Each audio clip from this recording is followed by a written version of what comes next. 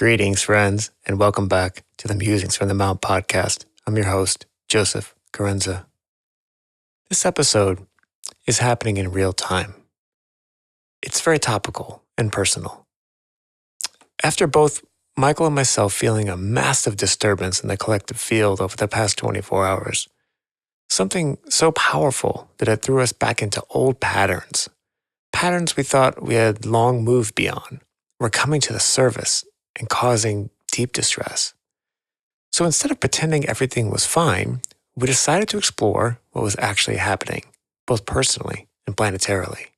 And as an antidote to this dis-ease, we explore the power of silence, diving into the profound silence that exists before creation. And we also share why a meditation practice can literally save you on life's hardest days. We will also explore some beautiful poetry and ancient wisdom about finding stillness in troubled times. If you have been feeling like something fundamentally shifted recently, this conversation is for you, and we hope you enjoy it. If you do enjoy this podcast, please consider going to meditationmount.org and donating. Your donation helps us to bring you this podcast, as well as all the other programs the Mount produces, both today and in the future. We're incredibly grateful and honored by your support. Back to the podcast, where sometimes the most honest thing we can do is admit we're all just figuring this thing out together.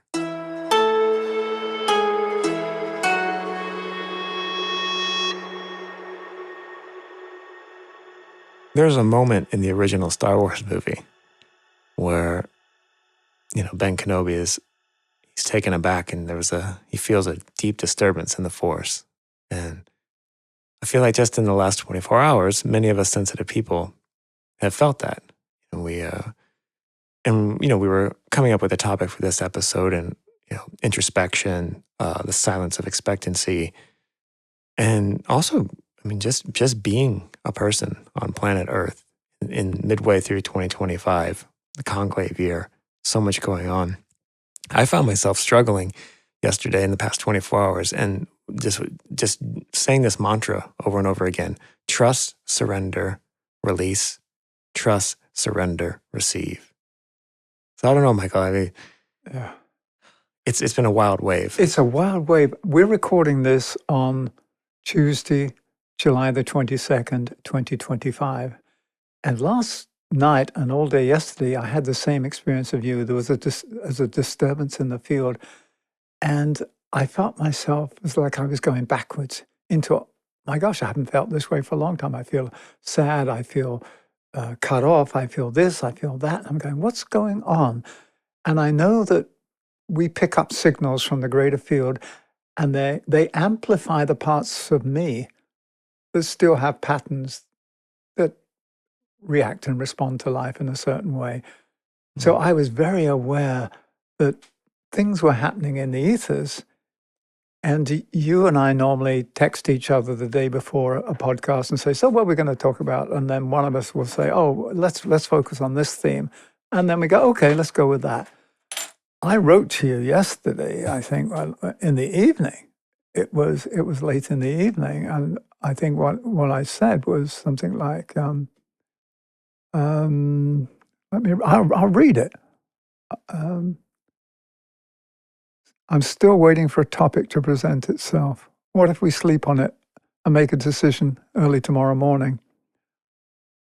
And then this morning, I wrote to you when I got up.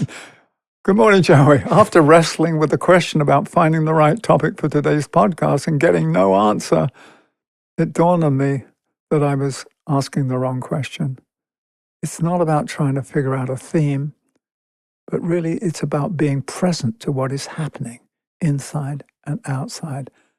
And out of this reframing, I'm seeing the possibility of us exploring something around introspection and the silence of expectancy. So I found myself getting angry at myself because I couldn't come up with a theme to offer our listeners, Joey. It's crazy.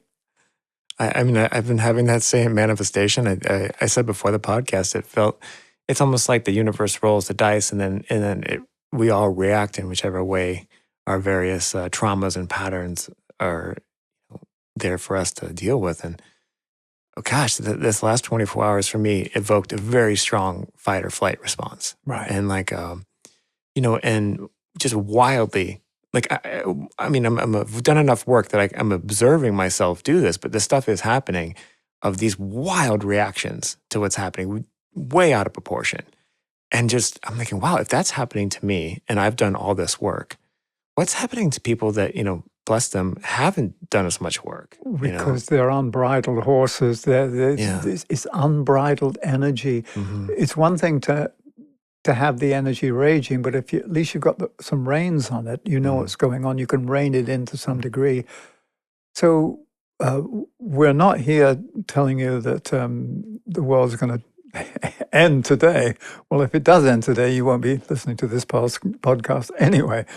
But what it pointed me to was the fact of sometimes I've got to stop and I've got to go inside and I've got to listen to what is happening real time and turn off my expectations of knowing what I should be doing, and then getting over this thing of, why can't I come up with a theme or a topic for today's podcast?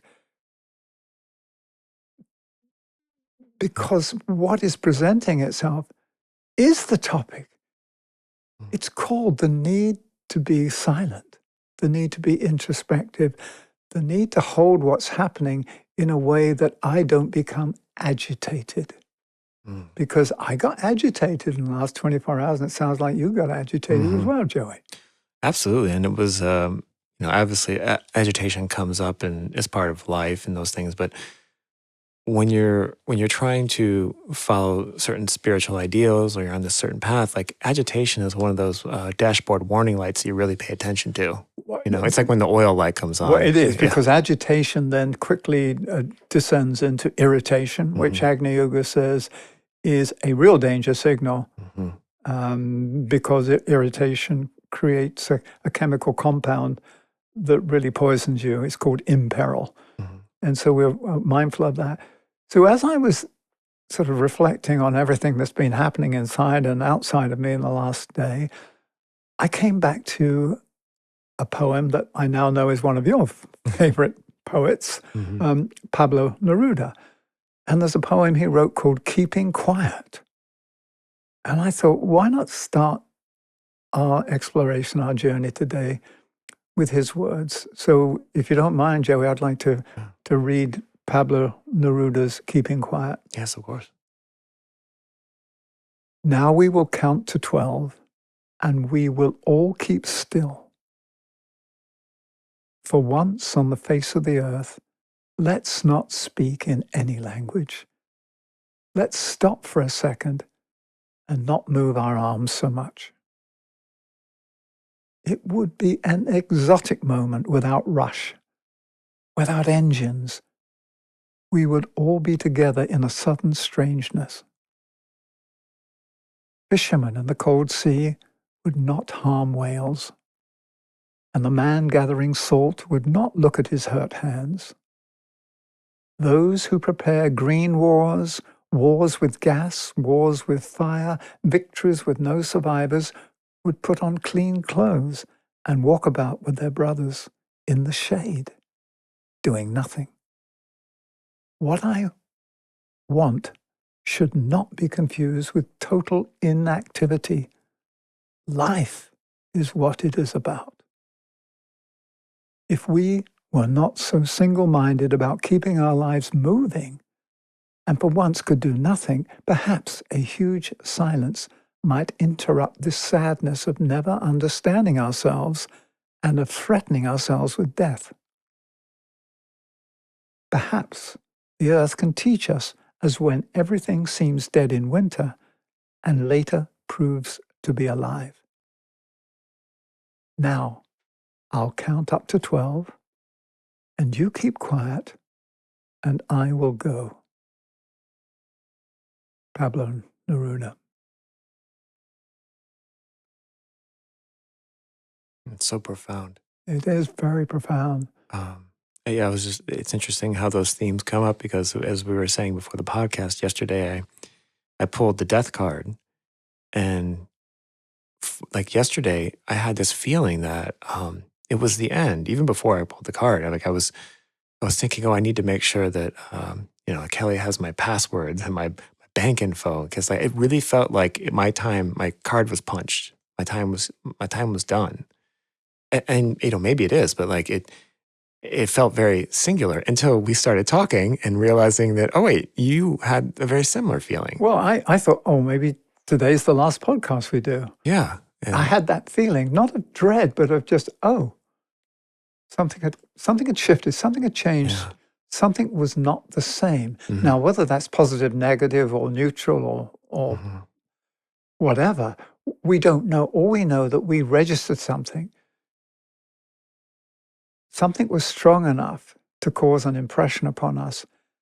The question is, how do we respond to the signals? How do we interpret the signals?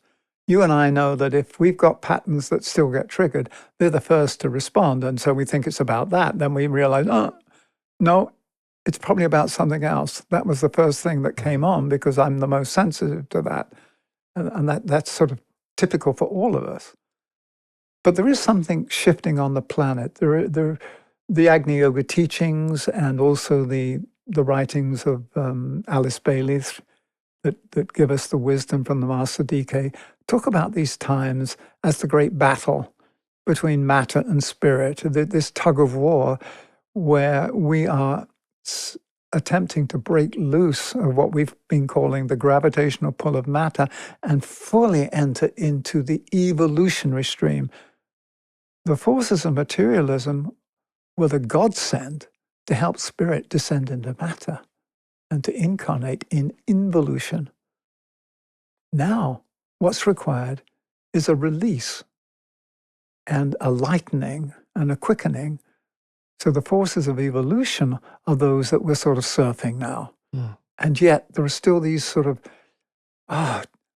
riptides and tugs from the tides of involution that still haven't let go because they still have dominance over a lot of our society. Even though we've moved on the path of evolution, there are still pockets of resistance inside of humanity that cannot let go of what materialism represents as power and security, not realizing that the true power and true security comes through the opposite of holding on. It comes from true surrender, of releasing oneself into the spirit. It's like that mantra you said you used yesterday. Mm. Yeah, it also really felt like, that when you think about the macro and the micro, it felt like maybe the first domino of something fell yesterday, which was interesting. And we've talked about this too, about how this time around, we're going to go through the first initiation as a group. And it almost feels like maybe the first domino fell and like some of the more sensitive people were really feeling it, because it is a conclave year. There's a lot going on. And I actually woke up in the middle of the night to check Twitter to make sure that a nuclear war hadn't started or something. It really felt that strong. Right. Yeah. And it isn't though you and I are now in a grand funk and a cloud, although there were some clouds yesterday, but it's as though there's a shift. The question is, how does the spirit of humanity not just respond to what's happening, but how does it become causal and cause something to happen that is intended by the life of the planet itself? That's a really deep question for us to ponder because it begs the whole understanding that we are part of a greater living entity, the being that is the planet, the life of the planetary logos. We are aspects that are working out the destiny of a planet, but we get so tied up with our own lives that we just think it's about us. First of all, it's about me and survival. How can I get by? And then it's about us as humanity. How do we create a better society? And then there's a whole nother level of and sphere of responsibility and participation that we enter into, which is we're planetary citizens, we're planetary beings, we're Gaians. But to get to that stage, we have to clear the field. And I believe what's happening at the moment is that we're being faced with all the stuff that needs clearing. There's always these things when you're facing the birth of something new. You have to clear away the old to clear a new space. You have to purify it, usually with fire. And then you have to welcome in the new seeds. And then you have to dare to plant them and to nurture them. You've got all these things happening at the same time, and they all have different attendant energies. So that's why it can be confusing to some people. It's like, oh my God, everything's breaking down, but look at these wonderful things that are beginning to grow. Look at this new generation that's bringing in this new hope. And you wonder, well, does it have a chance? Well, as a gardener, I know I have to protect my seedlings, but the life inside the seed is unbreakable because it's spirit. But in its tender manifestation as a little plant with a couple of leaves on it, it could get hit by the frost, it could get eaten by a slug. It needs protecting, safeguarding. And so I think we're at a tender stage of our evolution where we need to safeguard this next level of emergence of humanity so that it doesn't get sort of chewed up. It's that fragile state, Joey, when the caterpillar sort of dissolves and becomes the green soup in the pupa inside this like cocoon, and then it comes out as the butterfly. Well, these times of transition are very fragile. We're at a point of transition on the planet, and I think each of us are at points of transition in our own lives, and this great strength that gives us the power to move through. But the actual points of transition in themselves are fragile because there's no solid ground to stand on at the moment. It's like a dichotomy. Absolutely. And I really want to kind of go back to, for me, what it was like to be in the idea of fight or flight. And like so we all have our patterns. But part of what we've been trying to work on is not doing these old patterns. So, and we kind of talked about this a little bit, and we've talked about this in other podcasts, but there's that middle ground, and it's not necessarily, it's not a Venn diagram, it's a triangle. And so you elevate to a new point. And man, that normally I can see that in a situation, even if I'm feeling a little something, but I haven't felt something like this since around like 2011, 2012. And like sort of funny in my conspiracy brain, that's when CERN started doing some experiments, and there was some speculation they might have collapsed our dimension, and we all shifted into a new timeline. And it kind of felt like, in some ways, I feel like I have a pretty good antenna from the universe. And maybe it was that part of it. Like I felt disconnected. Like I felt I didn't know why this energy was happening. Well, look. Let's take it on a personal level. When you and I grow in consciousness, we raise the vibration and frequency of our atoms. That's how we become enlightened. The light is released and we become enlightened. The planet, when it grows in consciousness, raises its frequency of the different levels of its being. We occupy some of those levels of being, and therefore we will feel the shift. We are now being moved to a new frequency of existence, not because it's anything we've done, but we're part of an evolving life that is now saying, hey, guys, by the way, we're now living at this frequency. You need to dial it in. If you want to still live here, this is the new frequency for the incarnated experience. And I believe there are two worlds at the moment. One, which is the one that can't make it to the next frequency, and therefore it still exists in a solid form, but it will start to disintegrate over time, like the moon. The moon is a dead sphere in space. It was before a living planet. It was alive. It's now dead. So you have this life and death portrayal everywhere around. I think it's important to realize that the Earth itself is shifting to higher rates of vibration.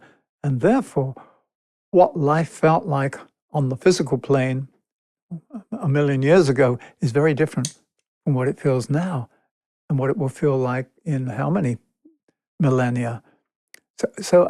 We're adjusting. We're not on this static, inert planet. We are evolving lives inside an evolving life.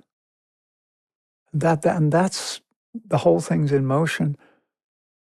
So, it absolutely feels like that. It really does feel like the first domino fell yesterday, and you were talking about just how this stuff shifts over a million years, and it feels like something shifted over 24 hours. But I love that analogy too of like, if you're on a ham radio, or you're out on a boat and you're using your CB radio, and if people switch to a different channel, you're not going to hear them. I mean, it's really kind of that simple. And so if the frequency goes up and you're not able to hear that frequency, or you're not able to leave behind the things that keep you from hearing that signal, life is still going to go on. Life, you're still going to go pay your bills. You're still going to pay your taxes.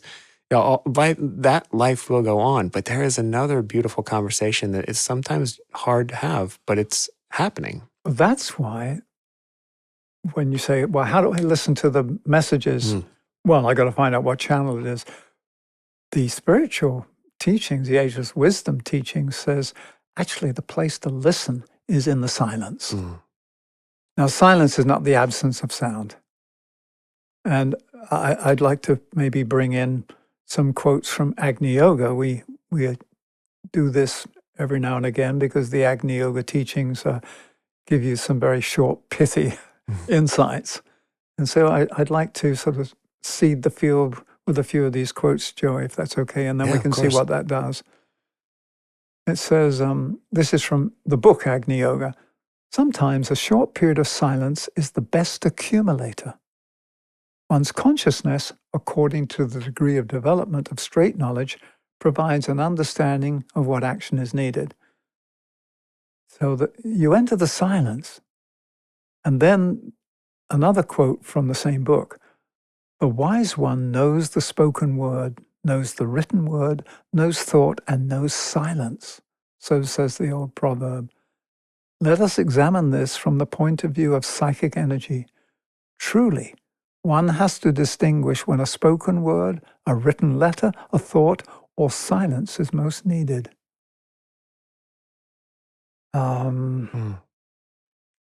Then a quote from the book Infinity. Sensitiveness and vigilance can aid us in giving ear to the voice of silence.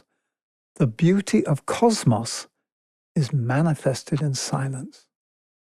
The beauty of silence is expressed in all the higher manifestations of life. And then we move to a quote from the book Hierarchy. The same people will understand that silence is not inaction.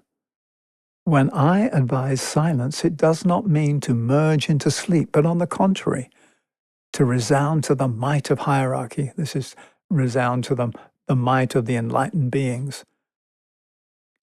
And then it goes on to say in another book called Heart, how necessary at times is unification through silence. Nothing reacts more upon the heart than intense silence. And I'd like to wrap it up with one more quote from Supermundane. Urasvati, which is Helena Rarick's name, Urasvati understands the significance of silence. But what kind of silence must this be? People think that silence is simply not uttering any sound, but true power comes when the whole being is overwhelmed by silence, and an energy is generated that permits communion with the higher world. We know these hours of surging energy and can affirm that this kind of silence is the highest tension. Now, there's a lot to unpack there and digest. You and I have said before that silence has been called the synthesis of all sounds. Well, I find it fascinating just how the emphasis and the time, obviously this is multiple books written over, multiple periods of time, and a lot of life experience, and a lot of really deep contemplation has gone into those books, and how they all arrive, all these different angles arrive at the importance of silence. And I just think that's an interesting juxtaposition to the sort of a noisy cacophony world that we're currently living in, where there's such a premium on saying something. But everything is born out of silence. And one of the other things that Agni Yoga tells us is that silence is action. It tries to get away from this notion of silence is nothing.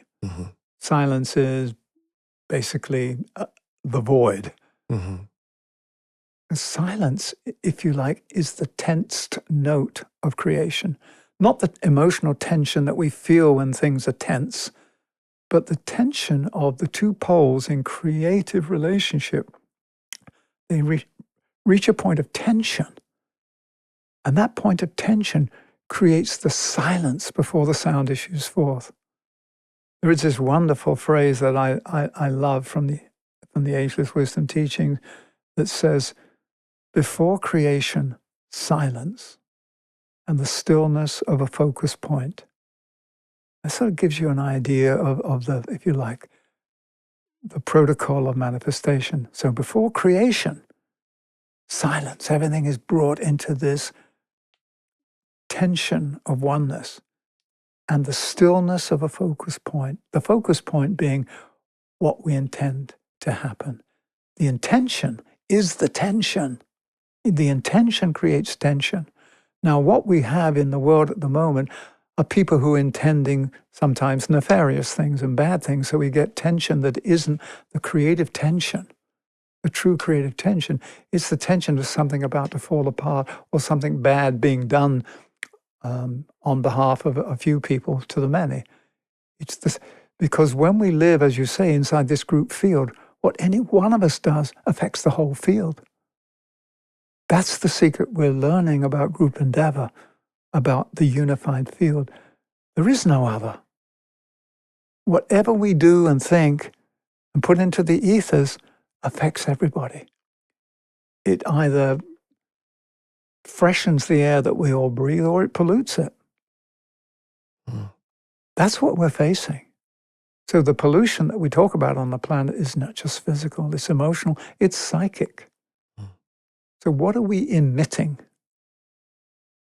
And I guess what we were picking up on yesterday was some emissions.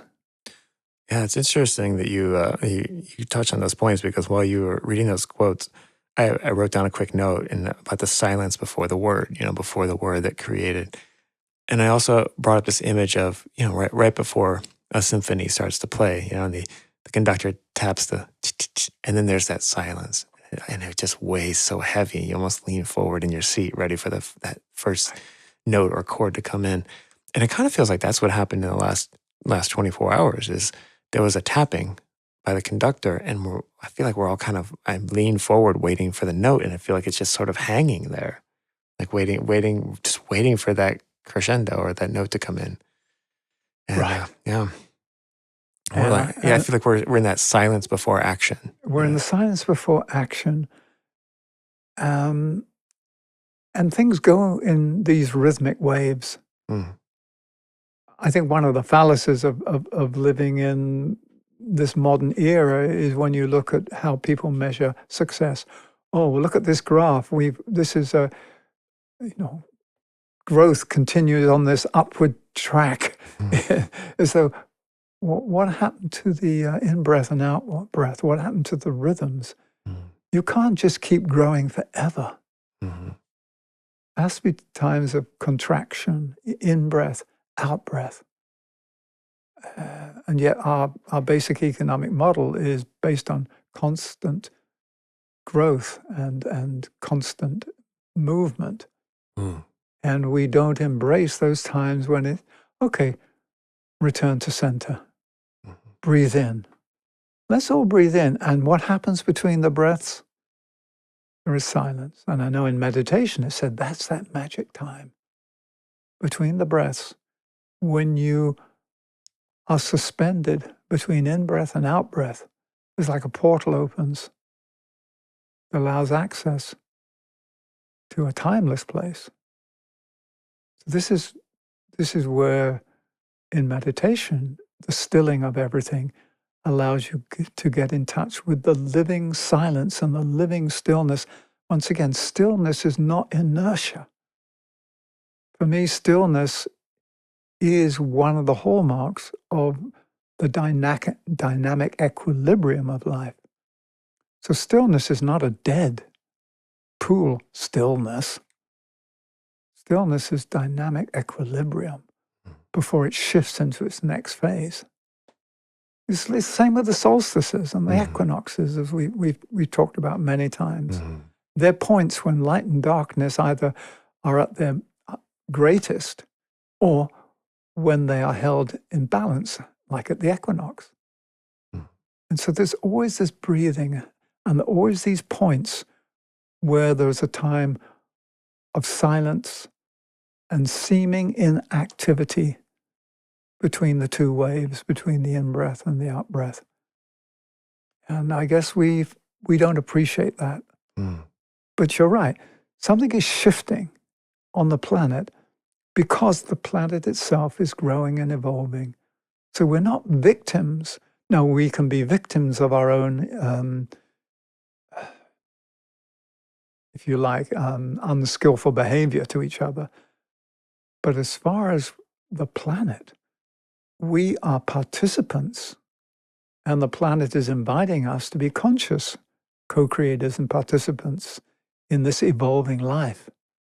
And then the planet itself, as we've mentioned before, is evolving inside a solar family. So it is part of a larger system of lives. And I guess that's what we fail to realize, that we're part of this nested system of lives. And we just see ourselves in isolation. What's happening to me? Why do I feel bad? Why is this happening to me? And therefore, I find that most of my problems arise when I ask the wrong question. I stopped asking myself, why is it happening to me? It's happening to me because I set it in motion at some level.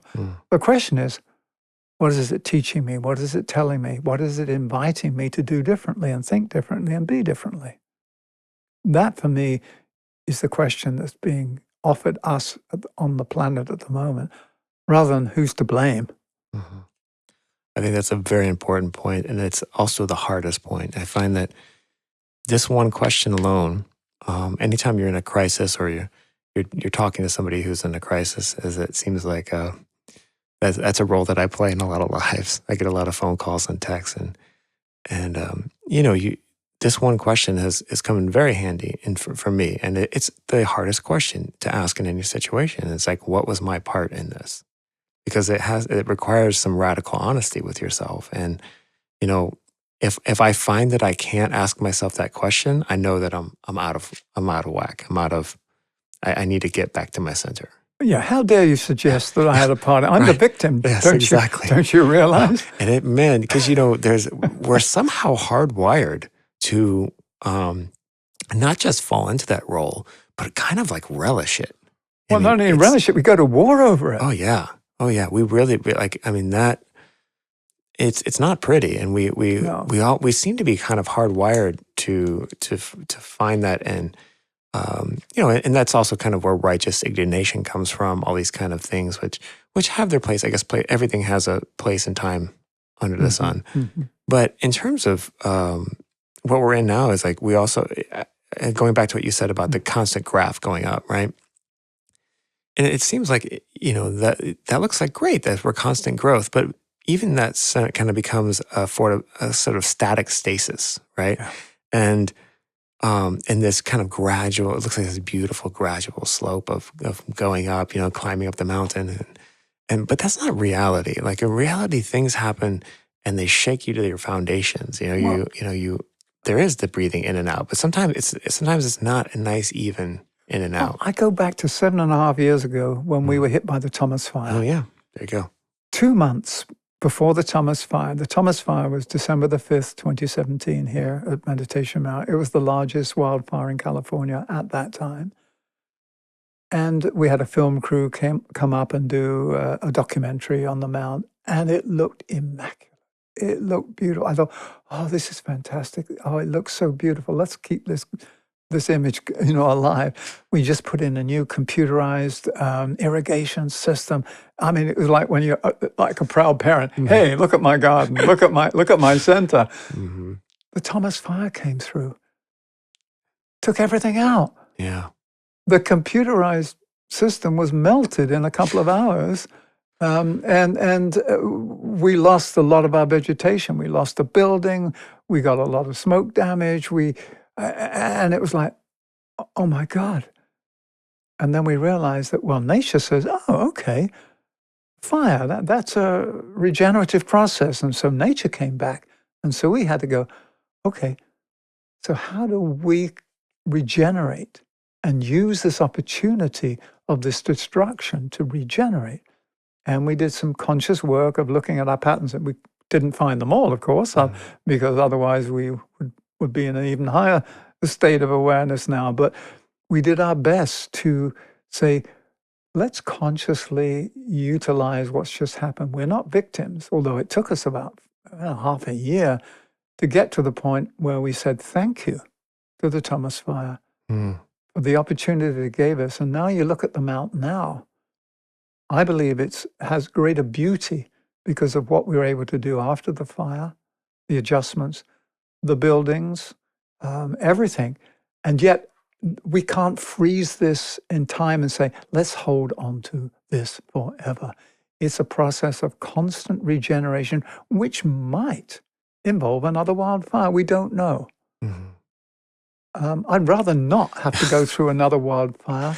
I think everyone in Southern California agrees with you on that one. Yeah. Because we've had people visit the Mount over the last number of months who lost their homes, either in the Palisades fire or the other fires that were raging here, and they've had to find new places to live, and their lives have been upset. A lot of them, though, have just said, wow, it really shook me up. It gave me a chance to look at what were my values, and I'm entering into this new cycle of my life more consciously. Well, that was a gift, but it took everything. What was the price of that learning? Everything. So am I willing to pay the price of everything? That's a very good question. To receive everything. Yeah. Surrender. I had a very, very deep contemplation yesterday. I mean, when I say it was one of the toughest days I've had in a long time. Definitely one of the toughest days I've had since getting clean. That was 7 years ago. Not in the sense of like, wanting to go do anything right, just the heaviness of it. And a lot of it revolved around this concept of death and like that. And so I don't have a fear of death. Like that's not what was coming up for me. But what was interesting, what was coming up for me was, I have a very strong control kind of it's about protecting the people that are close to me. And so what was coming up for me was like, well, if I die, who's going to do this? Who's going to do this? It wasn't about who's going to do that stuff for me. It was like, well, who's going to take care of this person, or who's going to, and I was, oh my gosh, I'm wrapping myself in these layers of control and fear. And that's, in some ways, okay, I get it. That's nice. You care about the people that you love. But it was also realizing that it kind of takes away the ability for that person that you're talking about to grow and to take care of themselves and to expand. And I'm sort of taking away their opportunity and agency. Well, then we get into this whole question of dependency. Codependency. Codependency, yeah. And so it was so interesting to me that through the lens of death, which I'm not scared of death. I personally don't think of death the same way I think most people do. We've talked about it on this podcast before. I feel like it's just a graduation, or you move to the next thing, or it's just it's like going to a new classroom for next year. It's a shedding of the skin. Yeah, but I didn't realize, like, wow, how I really have all these emotional cords that just became so evident to me. That like, and it was, and if anything, if this life really is a process of learning to let go, I wasn't letting go, and I wasn't letting other people let go. I think that's the gift of these times. Mm. It's like I could have started to feel sorry for myself. And we know from Agni Yoga, self-pity just bursts the balloon. I mean, self-pity, Mm-hmm. yeah, you're in free fall. Yeah. Same with doubt and fear. They cut off your access to the life-giving energies. What the gift of yesterday was, and we're not making more of it than it really was. You say it was the toughest day you've had since you were clean. Mm. Yesterday, I was going, oh, am I going back into a depression? Am I going to, and because you could feel that energy in the field. And then by the end of the day, I was going into this space of introspection. Okay, let's go inwards and listen in a place that is not disturbed, from a space that is not troubled. Mm. Because on the outer, the waters are troubled. Mm-hmm. Let's find that inner space where there is stillness. Stillness and the silence. And from there, let me observe all the ripples that are moving through the field at this time. Because, like you, there was a disturbance in the field. And there'll probably be more and more of these. So how do we stand in that silent, untroubled place in a troubled world and be of use to other people without this hook of codependency and, oh my God, what happens to them when I go? Which is, I mean, what we're learning is what it means to be loving and supportive and helpful. Mm. And I can say for me, I was going through that same process. And it wasn't until this morning during my morning meditation that I got the first kind of like crack and break in the sort of veil that came over me. And I'm still processing and working through it. But I think that's one of the things that's so important for me is this meditation practice that I have, and it doesn't seem like on any one day, but it can really save your life on a tough day because it allowed me, like, first of all, I knew that space existed. So it wasn't like I'm just shooting in the dark. Like I know that calm space, that place in the middle existed, and I knew that I wasn't in it. And in the past, so how do I get to that space? Well, I know something that has worked for me, and that is to meditate. Right. It was like 25 minutes of just, it like an air traffic controller. Like Diana Lang likes to say, you try to land the airplanes, nothing was happening. The airplanes it was a mess. But then I hit a point where I just let go of all of that, and then the next 15 minutes really changed everything for me. It was. I was finally able to find that moment of silence and stillness. And So how you, in this new space, how are you relating to the energy field you experienced yesterday? Mm-hmm. That's a very good question. And one thing that I try to do, and this is a practice, I learned practice, is try to depersonalize. And then I also try to talk to people in my circle that are like my board of directors, sort of my spiritual board of directors. So I check in with people instead of withdrawing, because that's a pattern for me, is to withdraw and like it's me against the world.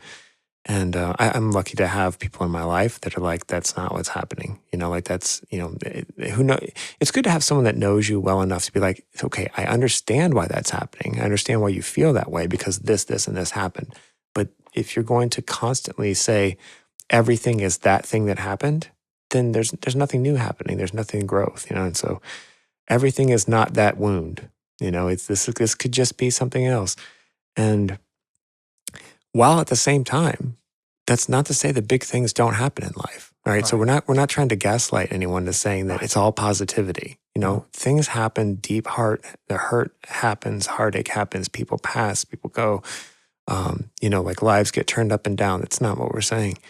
We're saying that like, if you practice and have a practice, you can find that center of silence a little easier, and like it can help you get through this stuff and without sort of burning the whole thing down. Exactly. And often when I'm texting somebody and they're in a situation that you just described, what do you say? Because it can sound very condescending or patronizing sometimes.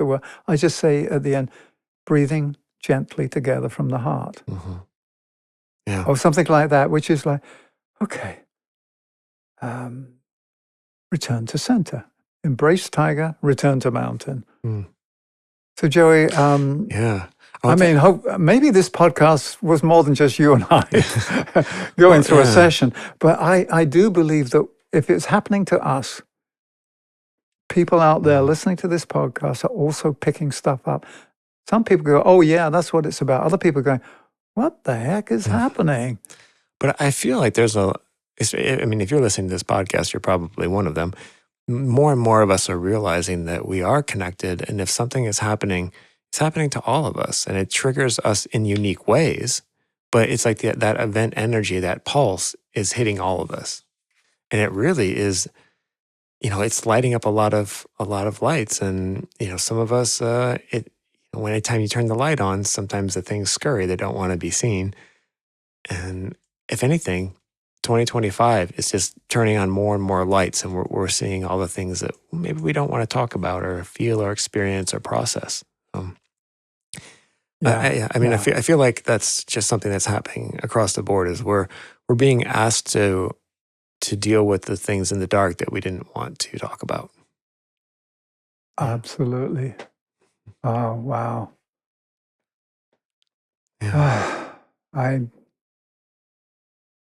Yeah. There are times when you have to have moments of introspection, and I do believe that we're in one of those. And I go back to one of my favorite poems by Francis Thompson, and there's a couple of lines in there that says, all things by immortal power, near or far, to each other linked are, that thou canst not stir a flower without troubling a star. So everything's interconnected. You touch one strand of the spider's web and the whole thing reverberates. Mm-hmm. We're part of the web of life. Yeah. We're not stuck in the web of life. We are weaving the web of life together. The web of life is a matrix of love, but sometimes it gets really sticky. Mm-hmm. So this is an interesting time. We are born in interesting times, Joey. That's the Chinese curse. May you be born in interesting times. Mm-hmm. So what else comes to heart and mind to close this out? Because I feel that there's nothing else I can add to today other than the need in the end just to surrender to what is, and to get to a place when I can observe the is that is happening, and then see it for what it is, and not what it triggers in me or what I think it is. Yeah. And that has to be from a place of deep stillness, from a place of deep introspection. And then in that silence, something new can be born. And that's really what I was feeling about introspection and the silence of expectancy. In the silence, new things are born. I become pregnant with new possibilities. My life becomes expectant. And therefore, I can expect things to happen. So that's sort of my wrap up, Joey. Yeah. What comes to you? Well, for me, in these moments when I can sort of come up from underwater or catch my breath, I find it's useful to remind myself, and this is advice I give and I also try to take, is that you're here if you're here, right? So that means that every ancestor you had survived every saber-toothed tiger. You made it here. You made it through all your traumas. You made it. And the fact that you're still here, that you're still participating, means that whether you feel it today or not, you do have the strength and the tools to move forward and to do the thing that you're here to do. And it's okay to take that moment and find the silence. It's okay to take, the introspection and the time. You don't have to have a constant reaction to everything. And that's not something for me that's important, is you don't have to have an answer for everything. You don't have to have, you don't need to have a comment on everything. Including, and I mean that really personally on an internal way. Like I don't really need to have a comment about everything that happened in my life, my own life, let alone the world. even though we, part of what we do is we're here making commentary. Right. Well, But, yeah.